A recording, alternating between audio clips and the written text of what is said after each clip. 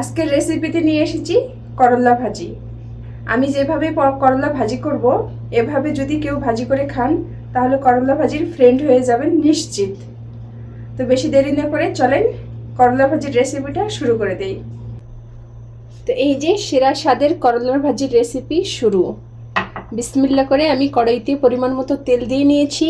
সামান্য জিরা, একটা শুকনো মরিচ দিয়ে দিলাম তেলের উপরে। এখন একটু নাড়াচাড়া করে নিব।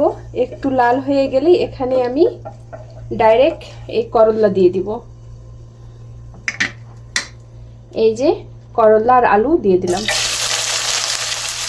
করলাগুলো সব দেওয়া হয়ে গেলে এখন আমি দিয়ে দিচ্ছি স্বাদ মতো লবণ আর মরিচ ফালি দিয়ে এখন আমি একটু নাড়াচাড়া করে নিব, কারণ লবণ দেওয়ার সঙ্গে সঙ্গে করলা থেকে পানি বের হবে। আর এই পানিটা শুকিয়ে গেলে তখন আমি এখানে পেঁয়াজ অ্যাড করে দিব, পেঁয়াজ এবং রসুন। তো এই যে দেখেন করলা থেকে যে পানিটা বের হয়েছিল, এই পানিটা আমি শুকিয়ে নিয়েছি জাল দিয়ে। এখন আমি দিয়ে দিব সামান্য হলুদ আর পর্যাপ্ত পরিমাণ পেঁয়াজ আর রসুন। এভাবে করলা ভাজি করে খেলে করলা তিতাও হবে না এবং অনেক বেশি স্বাদ হবে। মাছ মাংসের থেকে অনেক বেশি ভাত খেতে পারবেন।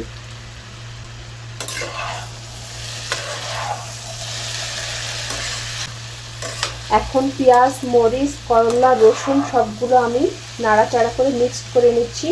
মিক্সড হয়ে গেলেই আমি লো হিট করে ঢেকে 10 মিনিটে এই ভাজিটা করে নিব। খুব অল্প সময়ে হয়ে যাবে ইনশাআল্লাহ। তো এই যে গাইস দেখেন সেরা স্বাদের করলার ভাজি আমার রেডি।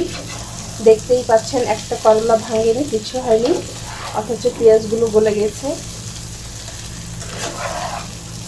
তো আজকে ক্যামেরার সামনে খেয়ে আপনাদেরকে রিভিউ দেবো ইনশাআল্লাহ। এই যে খাসির মাংস হচ্ছে, এদিকে করলার ভাজিটা তো হয়েই গিয়েছে। তো আলহামদুলিল্লাহ সব কাজ কাম সেরে একদম ফ্রেশ হয়ে চলে আসলাম। এই যে দেখতেই পাচ্ছেন করলা ভাজি, মাছ, মাংস আর পুঁই শাক। তো খাওয়াটা শুরু করি। আপনারা সবাইকে কোথায় কী দিয়ে খেলেন অবশ্যই কমেন্ট করবেন। বিসমিল্লাহ। প্রথমেই স্পেশাল সিম্পলের ভিতরে গর্জিয়াস রান্না করলার ভাজি। বিসমিল্লাহ।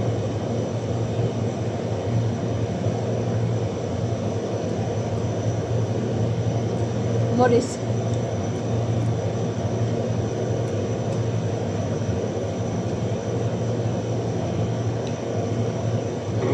শুধু এই করলার ভাজি দিয়ে সব ভাত খাওয়া যাবে, আর অন্য কিছুই লাগবে না।